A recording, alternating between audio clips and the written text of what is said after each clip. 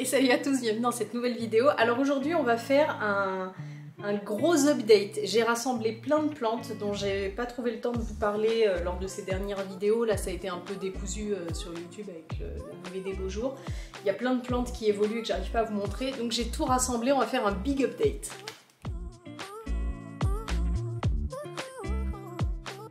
Alors on va commencer cette vidéo directement avec les caladiums. Les caladiums je les ai plantés je sais plus quand, voilà, je vais vous le noter là, je sais plus du tout.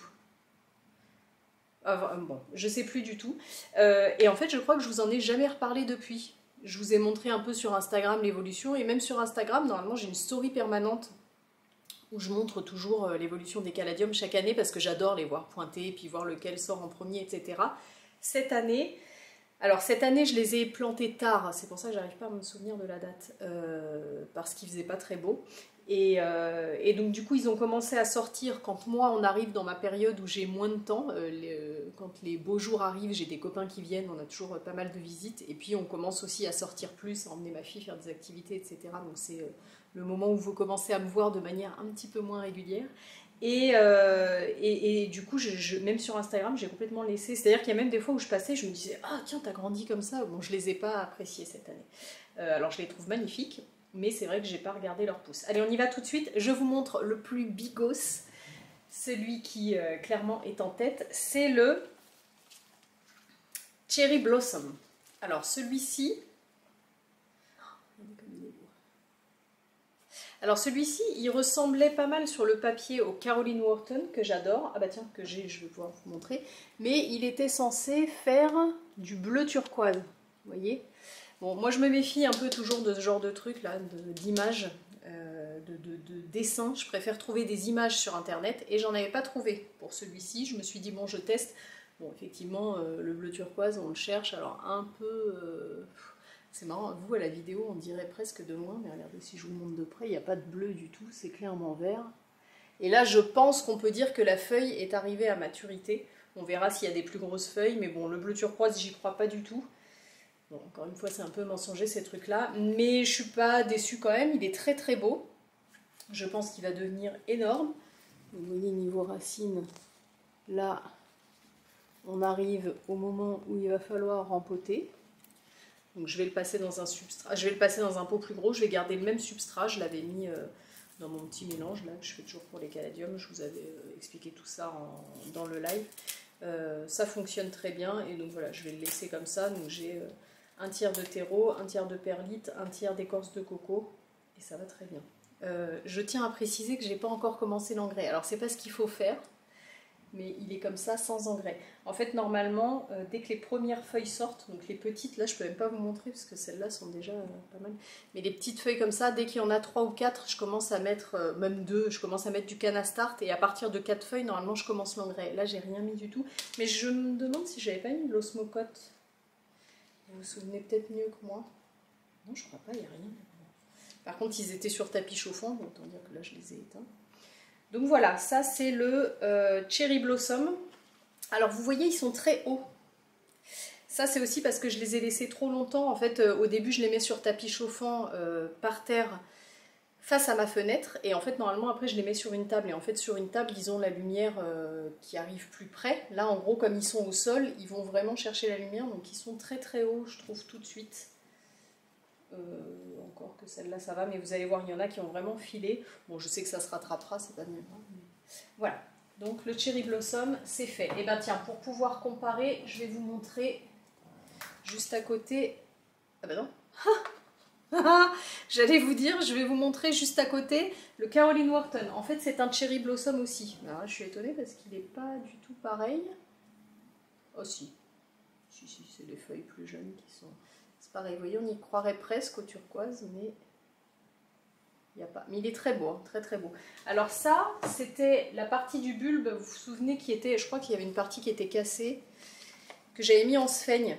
Donc comme ça vous permet de voir la différence. C'est exactement le même constat que l'année dernière. En sphaigne, le système racinaire se développe plus vite. Vous voyez, il y a beaucoup plus de racines en sphaigne, mais les feuilles sont plus petites parce que je pense que ça manque de nutriments et que dans le terreau il en trouve quand même.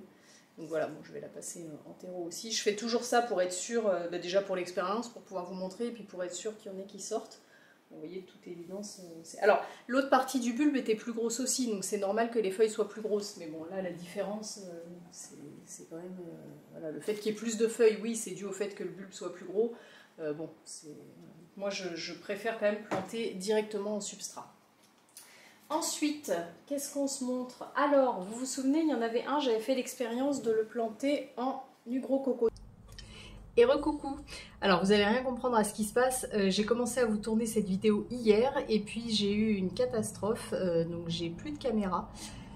C'est une très mauvaise nouvelle pour moi là et pour l'avenir de la chaîne. Donc sur le coup j'étais un peu abattue. Je me suis dit que j'allais quand même finir au moins cette vidéo là. Donc là je vous filme avec mon téléphone portable, donc forcément la qualité ne doit pas être folle. J'ai peur aussi de la qualité du son que je vais trouver au montage. Je vais faire au mieux pour vous équilibrer ça, pour que ça soit pas trop désagréable, je sais même pas où vous regardez, à écouter et puis à regarder. Et puis voilà, du coup je sais pas trop quoi vous dire en fait, je sais pas trop comment ça va se passer pour la suite. Là on va arriver sur l'été. L'idée c'était, normalement je fais une pause, vous savez l'été comme ma fille est là. Je regarde, j'ai l'habitude de regarder par là, mais je pense que là c'est plutôt là. L'été, je fais une pause pendant 2 mois, je poste pas puisque j'ai ma fille qui est à la maison et que je veux pas travailler quand ma fille est là. Donc normalement il n'y a pas de vidéo sur la chaîne.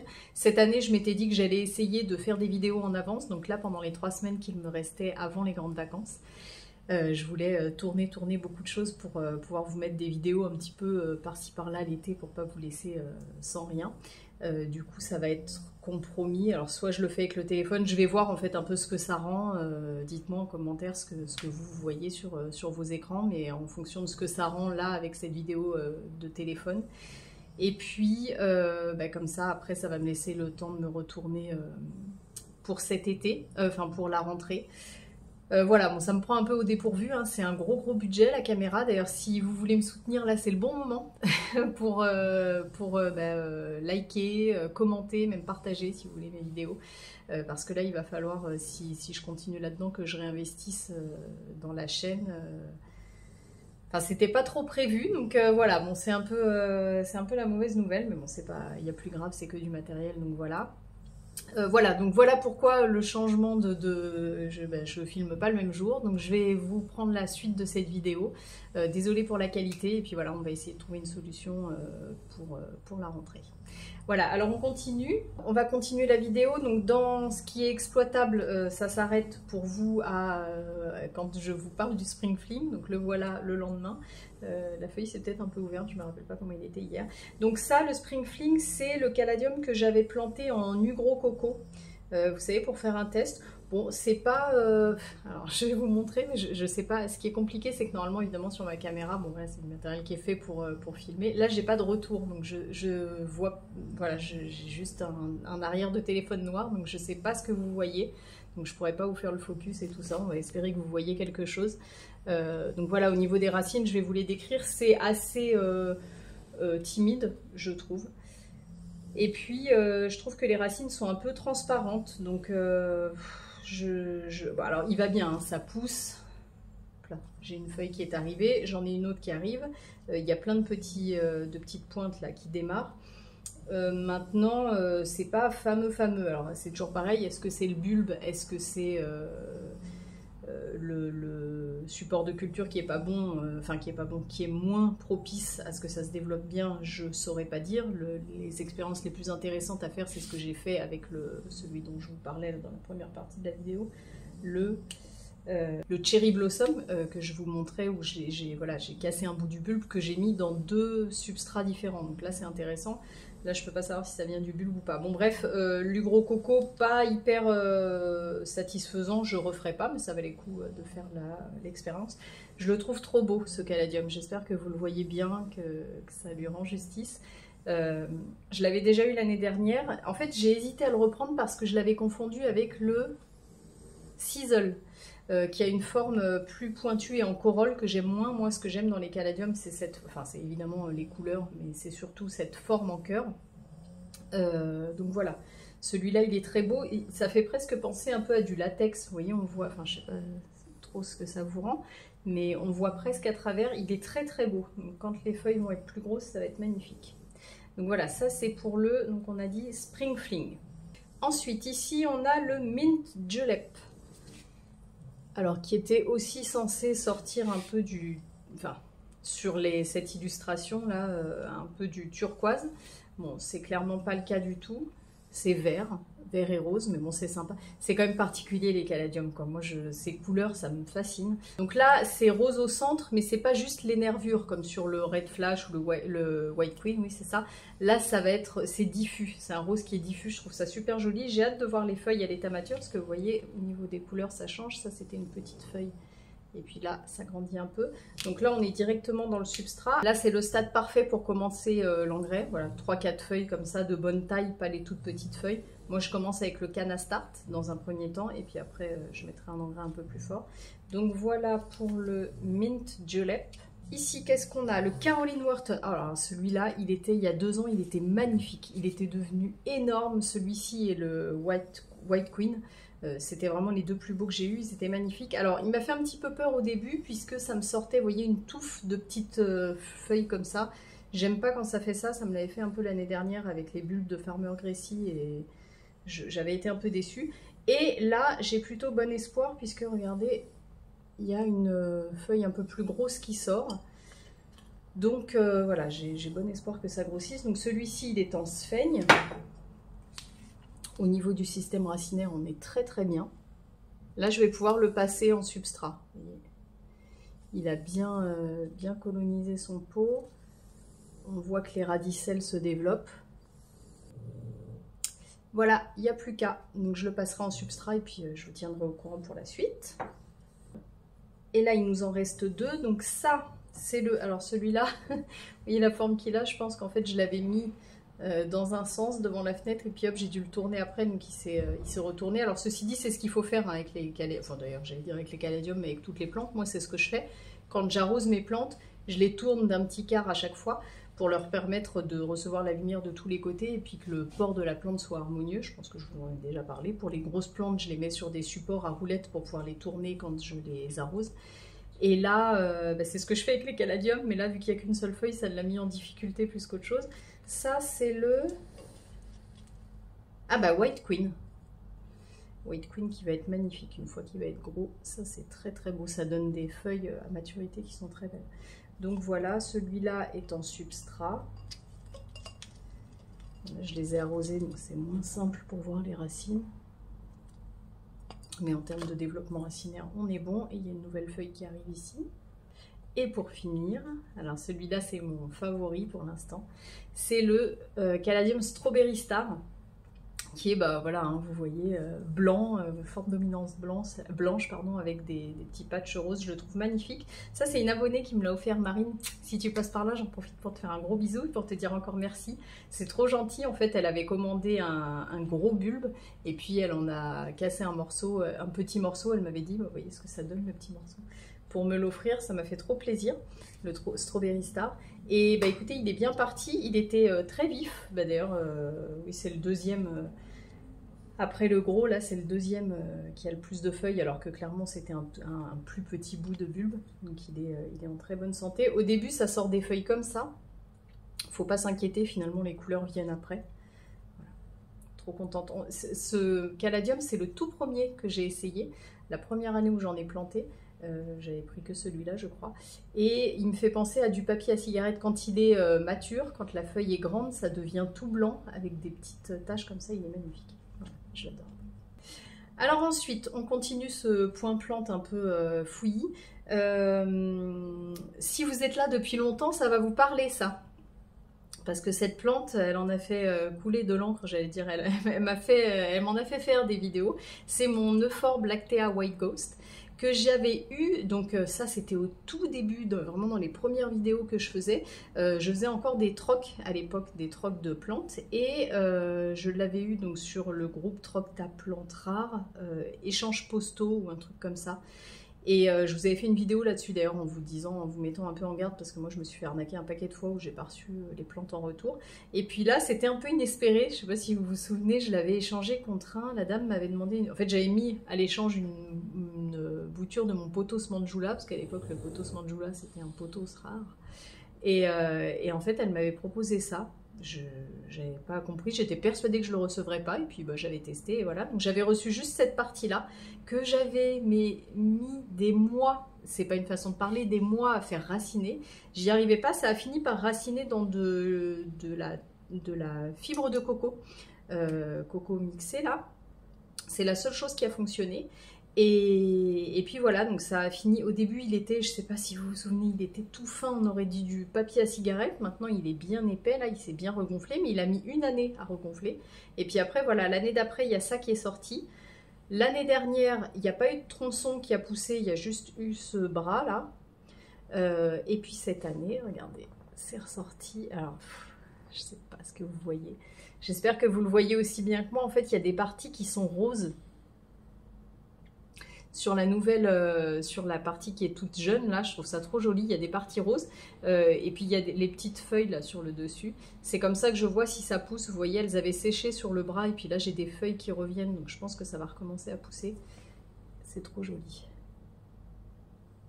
Alors, cette plante, je l'adore. Je la trouve très belle. Mais alors, en plus, elle est clairement sentimentale parce que je l'ai méritée. Hein. Je n'ai pas taillé pour la faire pousser. Donc voilà, cette année, ça repousse au-dessus, je suis contente. Je vous donne l'info, moi je l'arrose beaucoup cette forme, parce qu'en fait je voyais l'information contraire. Je lisais ou j'entendais qu'il fallait l'arroser peu. Et puis je me suis renseignée auprès d'un copain, Nathan, si tu passes par là, qui s'appelle Laurent Potter sur Instagram. Si vous avez des questions sur les succulentes, les cactus, etc., n'hésitez pas parce que lui il en a beaucoup. Et c'est lui qui m'avait dit, non mais un euphorbes ça boit beaucoup, n'hésite pas à l'arroser. Alors je suis dans le sud de la France, j'ai une exposition plein sud, donc bien sûr il faut toujours faire en fonction de son exposition. Mais là... ici, a priori, c'était intéressant de l'arroser plus. Et effectivement, c'est quand j'ai commencé à l'arroser plus qu'il a commencé à pousser. Moi, en été, je l'arrose tous les jours. Et en ce moment, je l'arrose tous les 3-4 jours. Alors, il est dans un tout petit pot. D'ailleurs, j'hésite à le rempoter cette année. Donc, évidemment, il faut faire en fonction. Mais c'est juste pour dire, les euphorbes, c'est pas des cactus. Enfin, c'est pas comme les cactus qu'il faut arroser très peu. Et qui ont un substrat complètement drainant avec plein de cailloux, plein de sable de rivière et où ça coule tout de suite. Moi, ça m'arrive même de le bassiner, l'euphorbes, parce qu'il est dans un tout petit pot. Et ça lui réussit très bien. Voilà. Ensuite, que diriez-vous de faire un tour de ma collection de Maranta, ou ce qu'il en reste? Voilà. Alors ça, c'est un peu la catastrophe du moment. C'est en fait les Maranta. C'est des plantes que je trouve toujours aussi jolies, mais c'est des plantes qui n'ont pas leur place chez moi parce qu'elles demandent pour moi, et je pense aussi avec mon intérieur, parce que peut-être quand il fait moins chaud, c'est moins compliqué, trop d'entretien. C'est des plantes qui doivent être tout le temps, ou alors il faudrait les mettre dans des pots à réserve d'eau peut-être. C'est des plantes qui demandent à ne pas sécher complètement. Et alors moi, entre le fait que chez moi, il fait chaud, j'habite dans le sud de la France, je suis exposée plein sud, ça sèche très vite, j'ai beaucoup de plantes et j'ai pas assez de temps et j'oublie de les arroser parfois. Voilà, c'est la catastrophe. Donc celle-là, c'est la pire. Je vais vous montrer. Il y en a qui sont encore un petit peu, qui sont un peu moins en mauvais état que celle-ci. Mais voilà le souci. Moi, les Maranta, j'aime les mettre dans un mélange qui est très rétenteur et peu drainant. Alors, faut pas que ce soit trop lourd quand même, puisque c'est des racines qui sont, voilà, on peut pas les voir, je vais vous les montrer, mais je vous en ai déjà parlé. C'est des racines qui sont toutes fines, donc faut pas les écraser. Mais j'aime bien les mettre dans un substrat qui sèche pas trop vite. Mais malgré ça, j'arrive pas à les tenir. Donc ça. Eh ben, je ne saurais pas vous dire laquelle c'était. Je sais pas. Alors, ce que je sais, c'est que j'ai perdu la 4 moustaches, qui était une de celles que je préférais. Ça, c'est très dommage. Ça, je sais pas ce que c'était. Bon, bref, voilà ce qu'il en reste. Je me demande si c'est pas la Maranta Black, justement, que j'avais bouturée à temps et que j'ai mis dans ma cuisine. Donc, j'avais bouturé juste une feuille. Vous voyez, c'est reparti. Parce que celle-là, elle est dans ma cuisine, à côté de moi, et que je la vois. Et donc, voilà, en fait, les Maranta, moi, je les trouve très jolies. Je voulais les mettre dans des pots suspendus. C'est ce que j'ai fait. Et en fait, les pots suspendus, mais je pense que je ne suis pas la seule. Les suspensions, je trouve qu'on a vite tendance à les oublier, les plantes dans les suspensions. Et c'est le cas pour mes Maranta. Donc, voilà. Bon, donc celle-ci, je l'avais rebouturée. Alors, tout simple, hein, j'ai coupé, j'ai mis en eau, parce que les Maranta, je trouve que ça repart très bien en eau. Et puis, hop, j'ai remis en substrat. Vous voyez, elle est bien repartie. Et là, vous verrez... les racines des Maranta, donc je vous disais qu'ils sont toutes fines. Donc celle-là, elle est très jolie, la Black. Je suis bien contente d'avoir réussi à la sauver.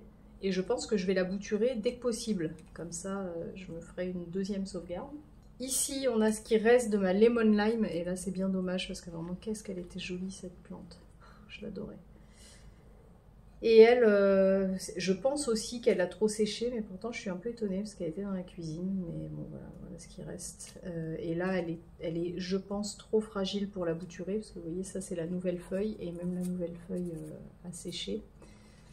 Donc bon, je laisse, j'espère que ça va repartir comme ça, mais j'y crois pas trop. Et la dernière, c'est celle-ci, c'est la Silver Band. Alors là, c'est un bon moyen de vous montrer comment savoir si votre plante a soif. Surtout les Marantas, c'est expressif, quand elle s'enroule comme ça. Elle a très soif. Bon, j'allais dire c'est très sec. C'est sec, mais c'est pas encore rétracté. Mais ça a séché trop de fois et elle a les racines qui ont pris. Donc voilà, quand la plante s'enroule comme ça sur elle-même, c'est qu'elle a soif. Voilà, donc ça c'est ce qui reste de la Silver Band. Bon, c'est pas fameux, hein, vous voyez, côté des Marantas. Voilà, donc je vais essayer de les sauver. Mais je sais que cet été, et puis alors là, vous voyez, il suffit que je parte 3 jours en été. Ici, en été, je dois les arroser tous les jours, donc c'est compliqué. S'il faudrait que je les mette dans une soucoupe d'eau avant de partir. Enfin, sur une soucoupe d'eau. Voilà, donc je vais essayer, mais je sais très bien qu'au premier au premier oubli, ça va être compliqué. Donc les Marantas, je ne reprendrai pas. Même si ça me tente, hein, j'ai envie de chercher des nouvelles boutures parce que je les trouve trop belles, mais je pense que c'est pas un bon plan chez moi. Ensuite, alors, je voulais vous montrer, mais celle-là c'est une grosse, j'espère que vous voyez comme j'ai aucune idée du cadre. Ça c'est 2 boutures de mon Monstera variegata. Donc vous savez la grosse plante que j'ai, ça c'est ce que j'ai récupéré dans le bouquet de la fête des mères. J'en ai dans toutes mes plantes en fait, avec les années, j'ai des petits cœurs comme ça. Donc j'ai coupé mon Monstera variegata, je pense que je vous l'avais montré, je l'ai coupé plusieurs fois parce que je trouvais qu'en fait, alors avec les EM, je me suis dit que c'était avec les EM, mais je pense aussi qu'il y a le fait que ma plante, donc bah, évidemment c'est une plante qui est grimpante, et moi j'ai sur ma fenêtre, enfin sur la rambarde, j'ai mis des brise-vues.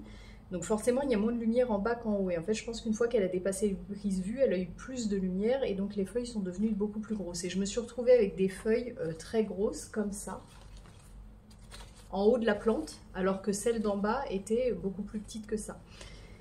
Je dis ça, je ne sais pas si vous voyez, beaucoup plus petite que ça. Donc c'était plus joli du tout. Les interneux, donc la partie de tronc entre 2 feuilles, était très grand en bas et puis en haut c'était plus serré et les feuilles étaient, la plante avait un aspect plus fourni. Donc ça me plaisait pas, du coup je l'ai coupé et en fait la tête est tellement belle que je me suis dit que ça allait être ma nouvelle plante. Donc c'est ce que j'ai fait, je l'ai plantée.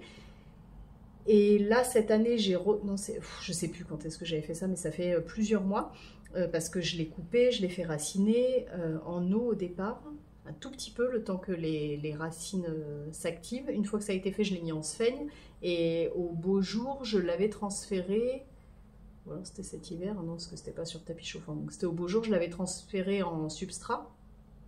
Et là, je l'ai rempotée dans plus grand parce qu'elle était trop à l'étroit dans son pot, son premier pot de substrat. Et donc, j'ai profité pour ajouter une deuxième bouture que j'avais fait raciner à côté. Et donc, voilà ce que ça donne. J'espère que vous voyez. Je trouve ça trop joli. Trop joli. Je suis trop contente du rendu. Donc, vous voyez, il y a deux têtes. Il y en a une qui a déjà bien poussé. Et là, je viens de voir que j'ai une feuille qui arrive ici. Voilà.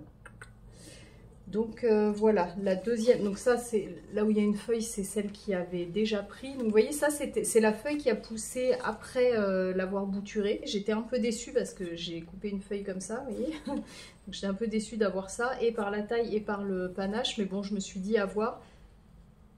J'ai l'impression que c'est très vert aussi. Pourtant le tronc est bien blanc, c'est sur les troncs qu'on voit les variégations. Bon écoutez, affaire à suivre. Et la deuxième partie, alors là elle est en train de, elle va pas bien.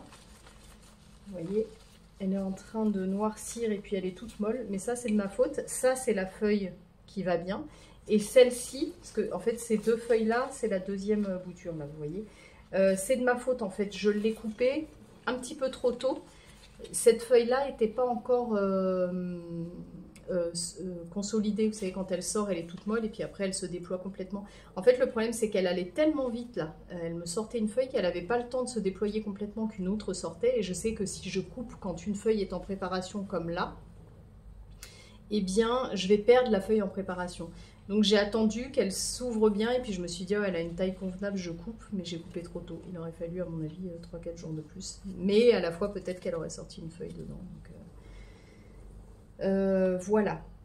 Voilà, donc ça c'est pour mon Monstera variegata, mais je suis très contente du port, du rendu. Et puis on va faire une petite dernière, donc c'est mon Alocasia Mellow. Et là on est sur une bonne nouvelle, et il y a quelques jours je pensais pas vous dire ça. Oups là, puisque enfin il repart. Donc ça, rappelez-vous, c'est une plante que j'avais achetée chez Milis Plante qui était super jolie. C'était un bébé qui avait quelques feuilles. Puis j'ai toujours eu du mal avec. Et là, en fait, je l'ai mis en... J'ai décidé de le mettre dans l'équivalent du pont. Oh, il y a des racines trop cool. Oh, c'est sorti vite, trop chouette. Donc je l'ai mis, bon, on voit l'étiquette bleue, mais on voit plus ce qui est écrit dessus. Je l'ai mis dans le, comment ils appellent ça chez Cibotanica? Ciba Hydro. Donc c'est un mélange en hydropassif, donc vous voyez, non vous voyez pas, il y a de l'eau au fond. C'est un peu le principe du pont, donc c'est des petits grains comme ça. C'est comme des cailloux, il y a plein de composants différents, donc c'est un substrat qui est 100% minéral et qui doit être baigné dans l'eau. Pourquoi j'ai fait ça? Parce que j'avais lu que l'Alocasia Mellow, c'est un Alocasia qui pousse au pied des rivières. Et donc je me suis dit, c'est dans des graviers qui sont dans l'eau, enfin vous voyez, ça ressemblait un petit peu. Et le pont, ce qui m'embête dans ce mélange, c'est que c'est déjà engraissé.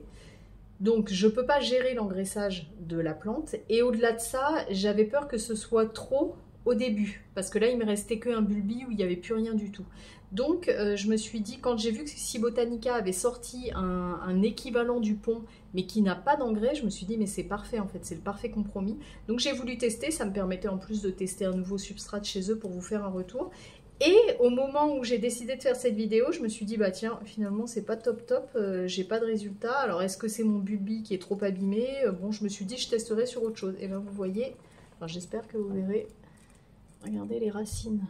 Je peux pas enlever l'autre pot parce que ça baigne dans l'eau. Là. Voilà, donc à voir. Bon, pour l'instant, c'est des racines primaires. Hein, il n'y a pas de radicelles qui sortent. Il va falloir attendre un petit peu. Je vous ferai un retour. Au début, je l'avais mis sur juste comme ça. Sur tapis chauffant, je me souviens plus. Je l'avais mis juste comme ça. Oui, il était sur tapis chauffant. Et ça fonctionnait pas. Et j'ai décidé de le couvrir. Et vous voyez, je me demande si c'est pas ça ce qui l'a fait démarrer quand même. Parce que même s'il y a de l'eau dedans, je pense qu'il y avait besoin de plus d'humidité. Donc je vais le laisser comme ça. Alors j'avais fait un espèce de truc en me disant si ça pointe, ça laissera de la place. Voilà, je vais refaire pareil avec un élastique. Je vais le laisser là-dedans tant que ça passe sous le petit sachet.